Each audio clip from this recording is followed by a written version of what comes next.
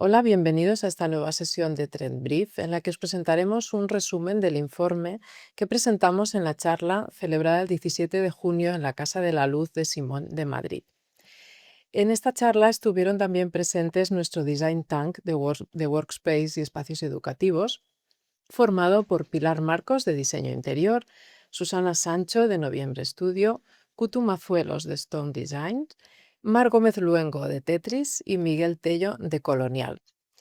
Como ya sabéis, desde el Trends Club realizamos diferentes actividades que combinan sesiones presenciales y online, algunas abiertas u otras exclusivas para socios. Os dejo también aquí el programa del Trends Club para este año. Podéis ver las que ya hemos realizado, como la sesión sobre hogar, la sesión sobre Milán y la de espacios de trabajo y educativos. La siguiente actividad presencial será la Trend Fest, que tendrá lugar el 17 de septiembre en el showroom de Actiu en Madrid. Y por último, este año, el 17 de noviembre, la Trends Talk sobre Hospitality tendrá lugar en el marco de Interiotel en IFEMA, Madrid. Para estar informados de las actividades y que no os perdáis nada, os sugiero suscribiros a la newsletter de Ambit o seguirnos en las redes del clúster o de Futurea. Pasamos ya a escuchar a Micaela Loras, Trends Researcher de Futurea, que nos presentará con detalle una de las tendencias que recoge el informe. El informe completo está disponible para socios en la web del Trends Club. Mica, cuando quieras. Hola a todos, bienvenidos a una sesión más del Trend Club. Soy Micaela Loras, Trend Researcher en Futurea, y hoy les vengo a contar un resumen de una de las tres tendencias en oficinas y espacios recreativos que presentamos el pasado 17 de junio en la Casa de la Luz de Simón en Madrid.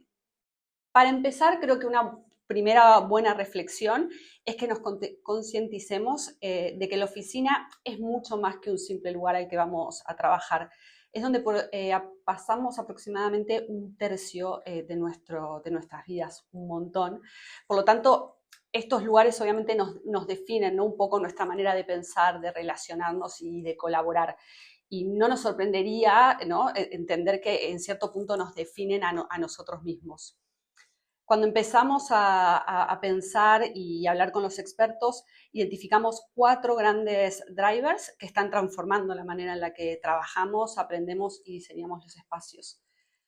El primero es la inteligencia aumentada, la inteligencia artificial, palabra más dicha en el último año, pero sí es verdad que deja de ser una herramienta operativa para convertirse más en un colaborador activo. Ya es capaz de personalizar experiencias, anticipar necesidades y ampliar nuestras capacidades.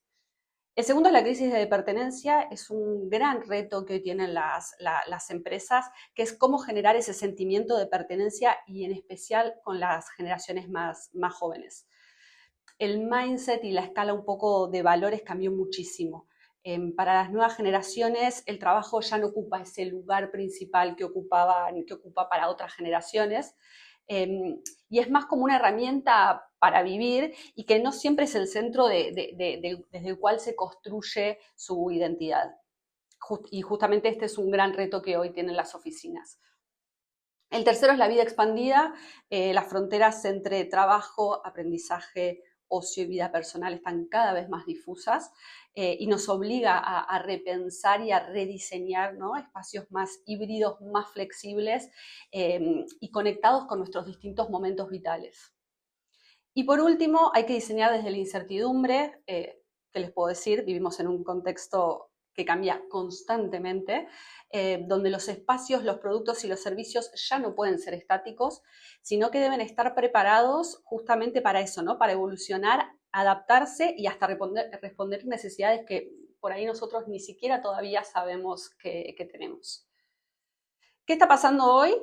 Nos encontramos con un mercado cada vez más dinámico. El mercado global de la educación está creciendo a ritmos interanuales de 6.5%, un montón, y se está consolidando como una de las mayores industrias del mundo. Y si esto hacemos como foco y analizamos España, se duplicaron las universidades privadas en 2 décadas, dato heavy, y creo que este crecimiento no solo habla del volumen y de oportunidades económicas que tenemos, sino también de la velocidad, ¿no?, con la que están cambiando las expectativas, los modelos de negocio, la forma en las compañías deben relacionarse, no solo con los equipos, sino también con los espacios y con las comunidades. Las tres tendencias que presentamos y que pueden encontrar en el reporte impreso son The Social Hub, IA Revolution y Expanded Workplace. Pero hoy nos vamos a centrar en la primera, The Social Hub. The Social Hub plantea como uno de los grandes temas que se aceleró después de la pandemia. Cuando todos volvimos, ¿no?, a trabajar después de nuestro lockdown, empezamos a pedirle ese extra a las oficinas. Ya no bastaba con que la oficina sea un lugar solo para ir a trabajar, ¿no? Necesitábamos que también son lugares de encuentro, de conexión y sociabilización. Pero el gran cambio está en que esa sociabilización tiene que estar alineada con la cultura, los valores y los objetivos de la empresa. En los últimos años vimos proyectos muy chulos, muy estéticos, ¿no?, muy para el post en Instagram, pero que eran poco funcionales. Hoy el reto vuelve a estar en convertir las oficinas en espacios donde la eficiencia conviva con el factor humano y el mindset corporativo. Un buen ejemplo es justamente Vitra, que es la foto que aparece en la diapositiva.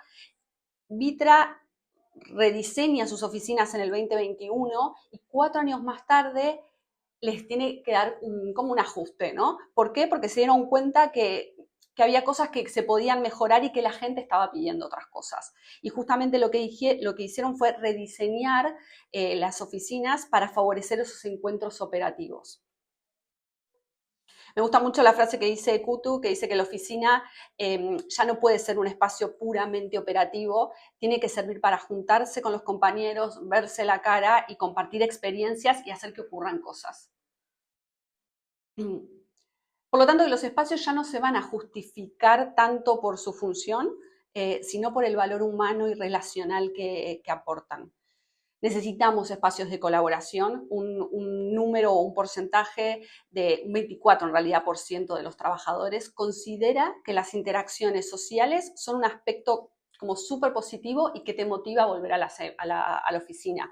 Teniendo en cuenta que ese es otro gran problema, que es que las generaciones jóvenes no quieren ir a la oficina, creo que se debería escuchar justamente este número de personas y lo que nos están pidiendo para rediseñar pensando justamente en generar las interacciones sociales.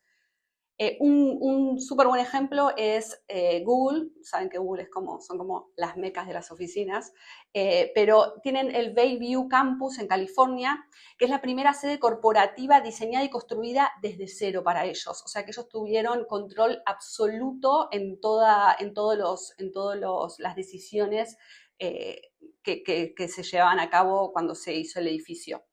Y justamente el objetivo principal fue era buscar favorecer las conexiones espontáneas y al mismo tiempo reforzar este sentimiento de pertenencia entre los empleados.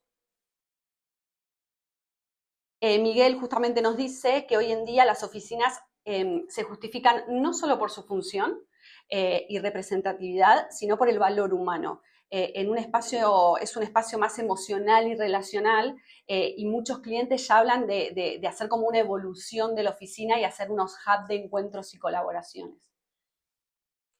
¿Quiénes ganan protagonismo en este gran cambio?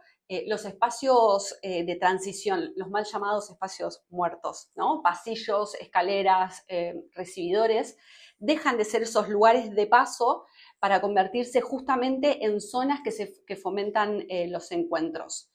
Un buen ejemplo es Zalando, en la oficina de Berlín, es la foto que está por abajo, que justamente convierte esta escalera principal, que en un costado se transforma en gradas, en un punto de encuentro de todos sus trabajadores y que buscan justamente con este sector y con estas escaleras que se genere ese networking orgánico del que venimos hablando. Al fin y al cabo, creo que el gran reto es que tenemos que ser capaces de lograr que en las oficinas pasen cosas no planificadas, generar esos lazos entre departamentos, aunque por ahí no comparten ningún proyecto, pero que está bueno que la gente se empiece a conocer. Y creo que en este punto gana mucha importancia la flexibilidad, palabra que venimos hablando ya hace muchos años, pero que cada vez yo creo que se va tomando más en serio. 4 claves importantes van a reconfigurar la flexibilidad y creo que es un punto a tener en cuenta a la hora de repensar oficinas o espacios educativos. El layout fluido, la luz natural, la buena ventilación y el mobiliario modular, ¿no? Para que es lo que nos va a permitir adaptar los espacios según las necesidades, las personas y el momento del día. Un ejemplo interesante es Jeans Holdings, que es una óptica, que justamente el espacio de almacenamiento bajo el suelo oculta asientos plegables, entonces vos dependiendo de la necesidad del espacio, se suben los asientos o se bajan y se va adaptando de acuerdo a lo que necesiten los trabajadores. Y también un buen ejemplo de Jacquemus. Jacquemus, cuando lo compra uno de los mayores grupos de lujo, rediseña sus oficinas centrales y algo importante a destacar es que transforma el comedor del personal en un espacio para realizar eventos. Susana lo que nos decía es que hay que darle, ¿no?, valor a la serendipia y a que se produzcan cosas accidentales que humanicen, ¿no?, un poco el espacio. Por lo tanto, el mobiliario deja de ser un elemento fijo para convertirse en una infraestructura ágil y que se puede reconfigurar. Mesas ligeras, paneles plegables, muebles con rueditas y accesorios modulares permiten transformar rápidamente un entorno sin hacer cambios estructurales. Y eso creo que es una de las mayores necesidades que tenemos hoy en día. Esto es para que vean un poco de números, que el mercado de oficinas flexibles está creciendo, o sea que es un muy buen indicio. Como les comentaba antes, las oficinas eran casi parques de diversiones, ¿no? Toboganes, hamacas, vamos, PortAventura.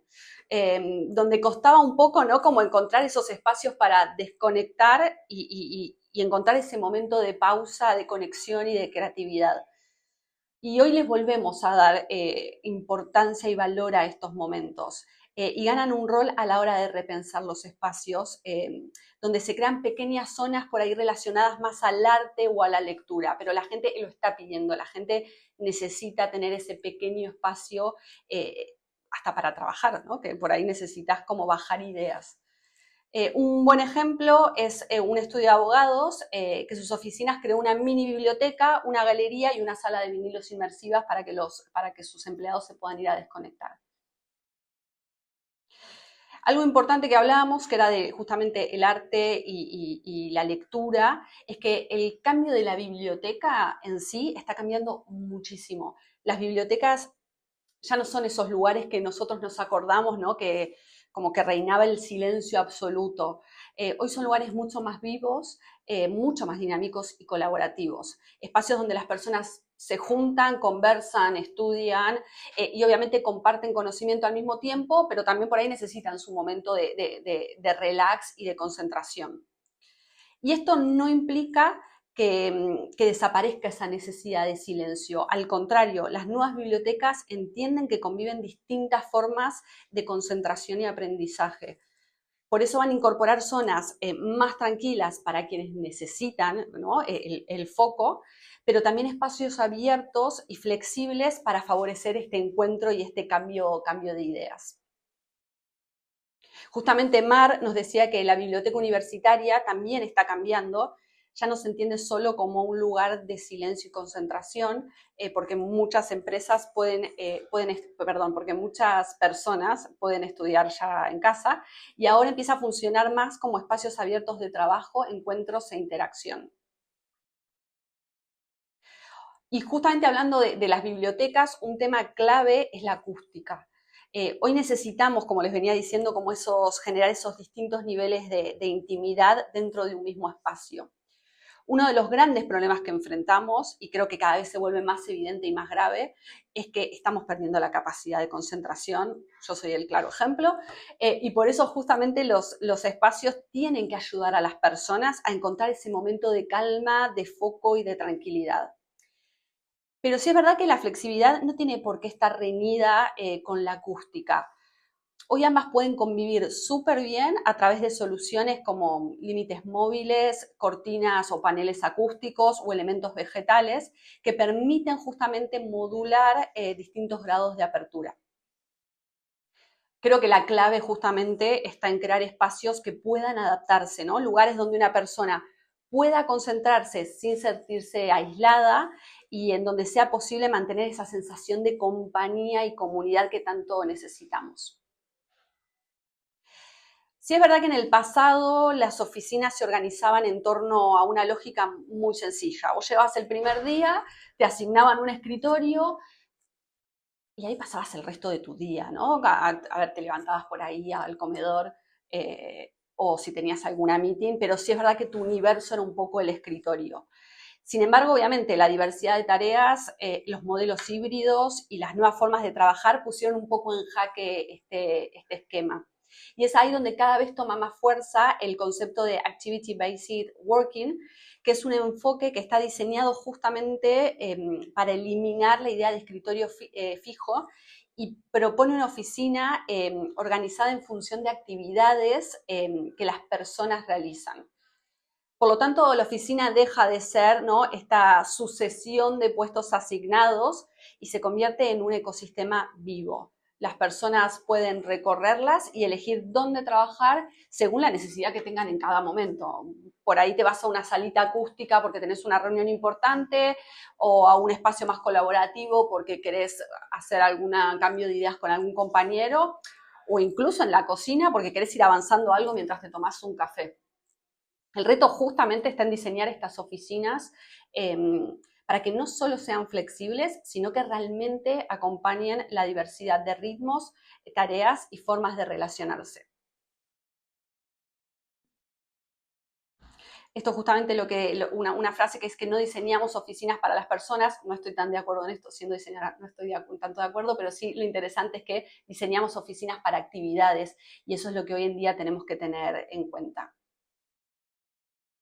Y una frase que sí me gustaría como para cerrar y creo que habla perfecto de lo que venimos hablando, es que la dijo Eva justamente y que dice que puedes invertir muchísimo en una oficina y que la gente no quiera ir, que ha pasado mucho, porque en realidad no la diseñamos para ellos. La oficina no puede pensarse para la foto, sino se tiene que pensar para la gente que realmente la habita todos los días. Bueno, estas han sido las grandes ideas de la primera tendencia y como ya saben, todos los socios de Ambit tienen acceso al reporte completo, que espero que lo lean y que les resulte tan interesante como nosotras. Nos vemos la próxima.